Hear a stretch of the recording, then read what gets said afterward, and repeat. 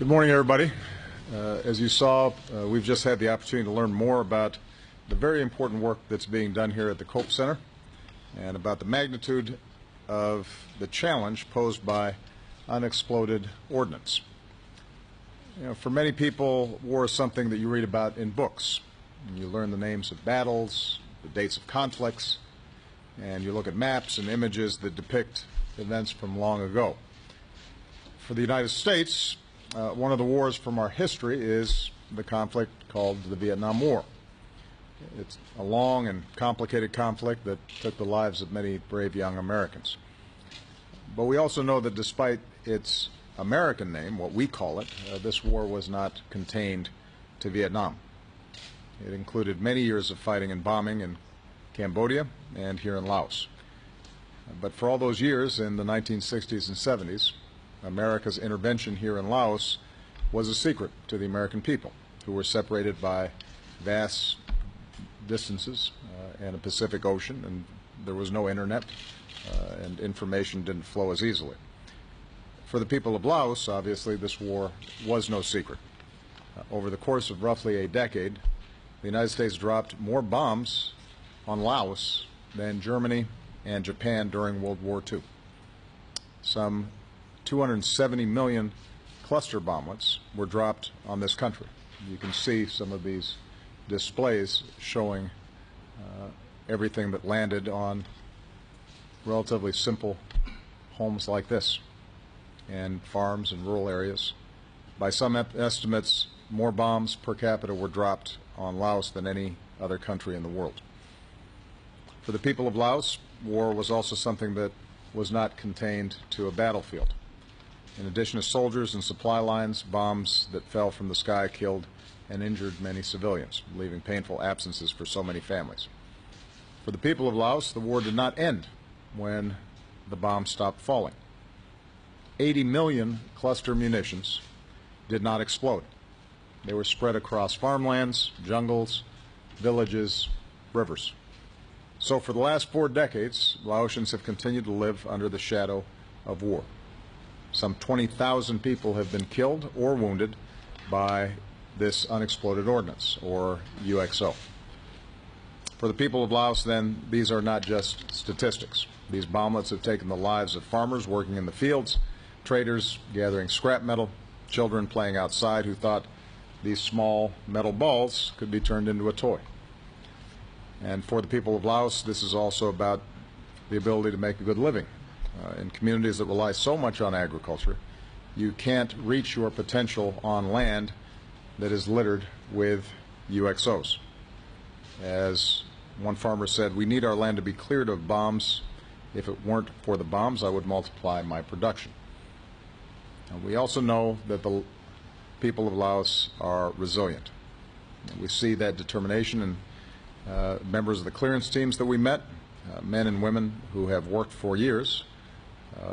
This very young lady says she's been at it for 20 years, all across this country to find UXO and eliminate them one by one.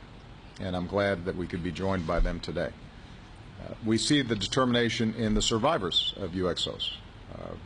Some of you heard me talking to Tumi Silampan, who joins us here today. When he was just a young child, he was badly wounded by a UXO explosion and lost his left hand, but rather than losing hope, he's dedicated his life to providing hope for others. Through his organization, the Quality of Life Association, Tumi has helped survivors get medical care, find work, rebuild their lives with a sense of dignity. And we see that determination in the many organizations like this one. Here at COPE, you provide assistance to those who've suffered because of UXO, while shining a spotlight on the work that still has to be done. And in that effort, I'm very glad that America is your partner. When I took office, we were spending $3 million each year to address the enormous challenge of UXO. We've steadily increased that amount up to $15 million last year.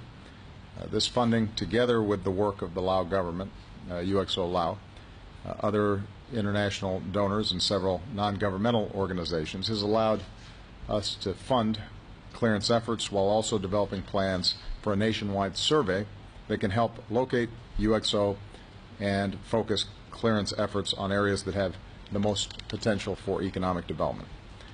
So yesterday I was proud to announce a significant increase in America's commitment to this work. We will invest $90 million over the next 3 years to this effort. Our hope is that this funding can mark a decisive step forward in the work of rolling back the danger of UXO, clearing bombs, supporting survivors, and advancing a better future for the people of Laos.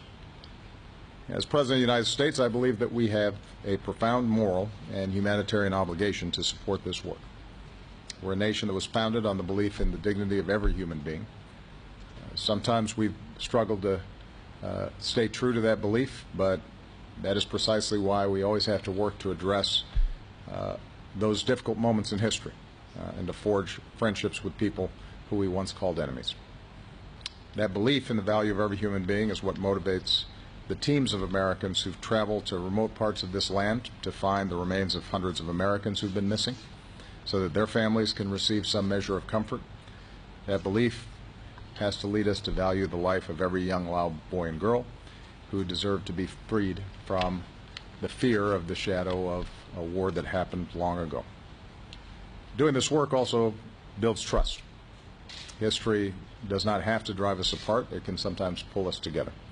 And addressing the most painful chapters in our history honestly and openly can create openings, as it has done in Vietnam, to work together on other issues so that violence is replaced by peaceful commerce, cooperation, and people-to-people ties. And above all, acknowledging the history of war and how it's experienced concretely by ordinary people is a way that we make future wars less likely.